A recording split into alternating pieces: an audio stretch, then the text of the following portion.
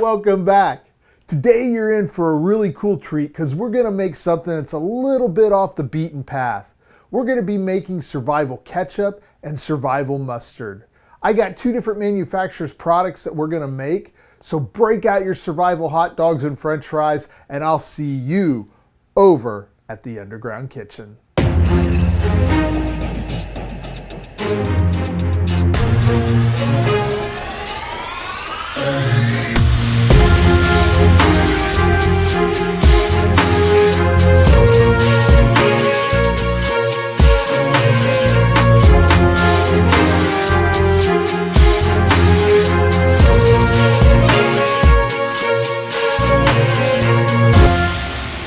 All right, the kitchen is open. Today we're going to be making Ready Hours tomato ketchup and Ready Hours yellow mustard. We're going to open up both of these products and we're going to peek down inside it. We're then going to make it and taste it, and then we're going to give it a score. And at the end of this video, I'm going to tell you whether I think it's worth adding to your survival collection. Now, when I bought this about a year ago, I was really excited about it because, I mean, come on, survival ketchup and mustard. And so I bought a whole lot of this and I added it to my survival collection.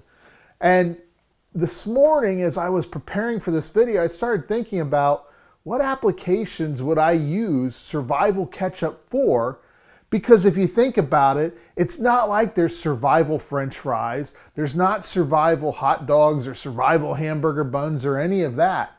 So what applications would you use for survival ketchup or survival mustard? And I really struggled coming up with things. Unless you like putting ketchup on your mac and cheese or ketchup on your eggs, you might struggle a little bit. And then I started to think, maybe I went a little bit overboard in purchasing this. Then again, I said, no, it's survival ketchup and mustard, so I'm excited to have this in my collection. So with that said, let's take a closer look at the products.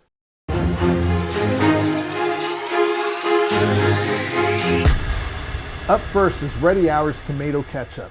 This has a 25-year shelf life, and there are 32 servings in this package. Each serving contains 35 calories for a total of 1,120 calories. Up next is Ready Hours yellow mustard. This also has a 25-year shelf life, and there are 29 servings per container. Each serving has 25 calories for a total of 725 calories for the entire package. All right, so we're going to go ahead and we're going to get started, and we're going to start with the tomato ketchup. And we're going to start by opening this up. And I'm going to sit there and tear this along this, and we'll go ahead and open this and peek inside and take a look, and you can kind of see what's in there, and we'll remove our oxygen absorber and toss that to the side. And you can see it's got a powder in it. And I can tell you from right here, I can smell the ketchup smell from right here. It's got a very strong ketchup smell. So let me get a cutting board here and we'll pour some of this out. And we'll take a look at what we have here.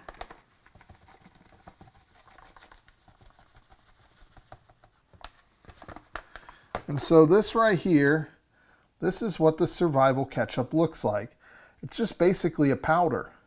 And next we're going to take a look at the yellow mustard, and we're going to see what this looks like. And so we'll go ahead and tear this open. It's a little bit harder to open, but that's all right. And we'll open it and take a look in there, and there's our mustard. And I know there's probably an oxygen absorber up there. It is. Always looking for the Cracker Jack prize, and we'll toss that to the side. And then we will grab a cutting board here, and we will pour some of this out and dress this up just a little bit there for you. And you can kind of see this is what the mustard looks like. It's just a powder, and it smells, you can smell the mustard as well. It's got a very strong odor to it. And then I thought it might be worth putting both of these products on the cutting board together so you can see them side by side. And if you look here, you can see there's our ketchup and there's our mustard. Now this product is going to be really easy to make because all we're going to do is just put it in a bowl and we're going to add water and stir it up, and then we have instant ketchup and mustard. So I'm going to go ahead and grab a couple bowls here. Hey everybody, real quick. If you like the content you're watching, click the like and subscribe button down below. It helps push our content out to other like-minded individuals. And remember, the more people we can push this out to and educate, the less people we're going to have to help when the bad day event happens. All right, let's get back to the show. All right, we are going to start by making the ketchup. I'm going to dump the ketchup into this bowl here, just like that. And then we're going to be adding 1.5 cups of water. So I'm going to measure some of that out really quick. And we nailed it. Usually it takes me 20 times looking at it to make sure I got it right. But we're going to add that there. And then we're going to come in here and we're going to stir this up. Just like so. And it will slowly start taking the form of ketchup. And I really wish you guys could smell this because it really does smell like ketchup. The odor for it's very strong. And we'll keep stirring it like so. And there we have it. We have our survival ketchup. And I'm going to set that aside. And then up next, I'm going to dump the mustard into a bowl. And for this, we're just going to be adding 1/3 cup of water. So I'm going to just quickly measure some of that out real quick. And this time, I overpoured. Or overfilled, I should say. And so we're going to sit there and dump that in next, just like that. We'll grab something to stir this with and we'll start mixing this up.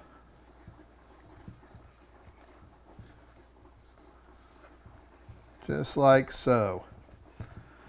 And this is very, very powdery, but this one's really starting to look like mustard. This is actually kind of impressive. And you can see with this, I mean, it looks just like mustard. This turned out really nice. The ketchup looks a little bit soupy. Ketchup looks just a little bit soupy, but I think we're going to be good all the way around. And so with that said, I think we're now at the point of the show where we need to try it. All right, it is time to try the survival ketchup and mustard. Now, I didn't want to just take a big giant spoon of mustard and put it in my mouth and just tell you, yumbo. You know, that sounded gross. So I decided to bring in a little bit of help. And I made a hot dog on the grill, and I'm going to dip this hot dog into the ketchup and mustard to kind of help with it. So I'm going to start with the ketchup, and I'm going to get quite a bit on here, and we're going to try it and see how it tastes.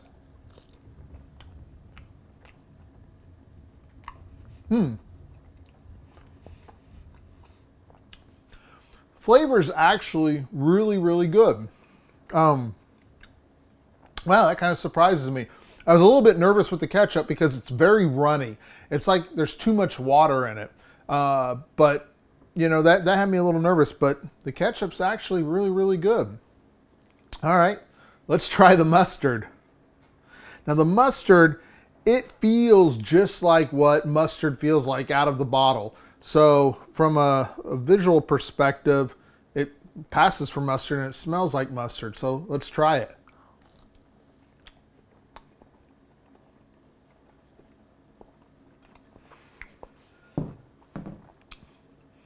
That's actually pretty good as well. I think both of these products were a pleasant surprise. So with that said, let's go to the scoreboard.